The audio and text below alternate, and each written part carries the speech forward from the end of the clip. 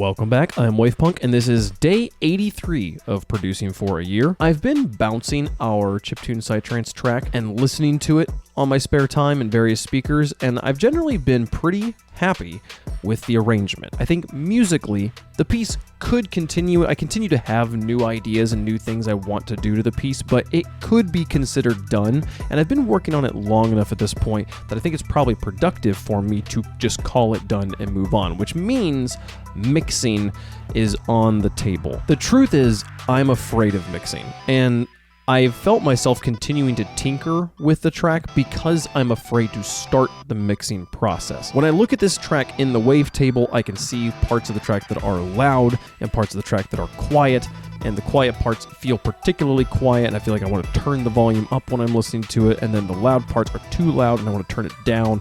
And so I've been doing a lot of research, and by research I mean looking it up on YouTube and then just Googling and trying to see if I can find anything to help me figure out how do I make a track that is as dynamically interesting as this one, as dynamically various as this one, actually one continuous volume, bring things closer together without robbing it of its detail and beauty. Now, while I am not finding much content about specifically that, one thing I am finding that I think is an interesting approach that I have not tried before is bouncing the entire project to audio and then mixing off of the audio bounces instead of mixing off of the MIDI. I've never tried to do this before, and I think it would be a really good idea to try and learn just how does Logic do this if I wanted to do this. And so I give it a shot. The first thing I'm amazed by when I look at these audio renders is just how quiet every individual channel is.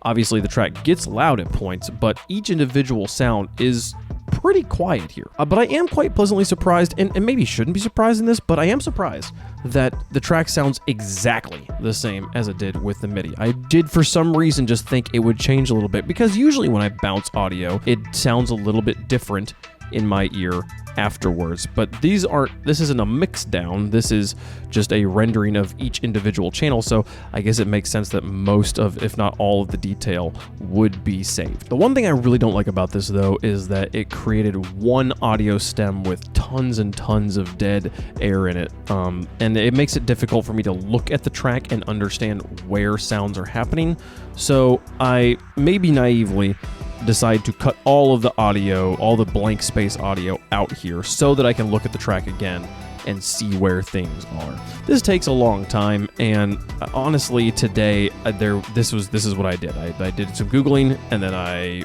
bounced this. I don't think I showed you in this a few attempts at bouncing that didn't work, so it was a little bit of a process of learning how to do that. And then I cut all of this dead space out to kind of give me a mixable project. But tomorrow, we give it our first real, genuine shot at putting together a mix and trying to standardize the dynamic range of this piece. So if that's something that's interesting to you, that's going to be coming up for the next few episodes. It's me struggling with mixing, really hands-on, trying to delve into this world that it is so intimidating to me.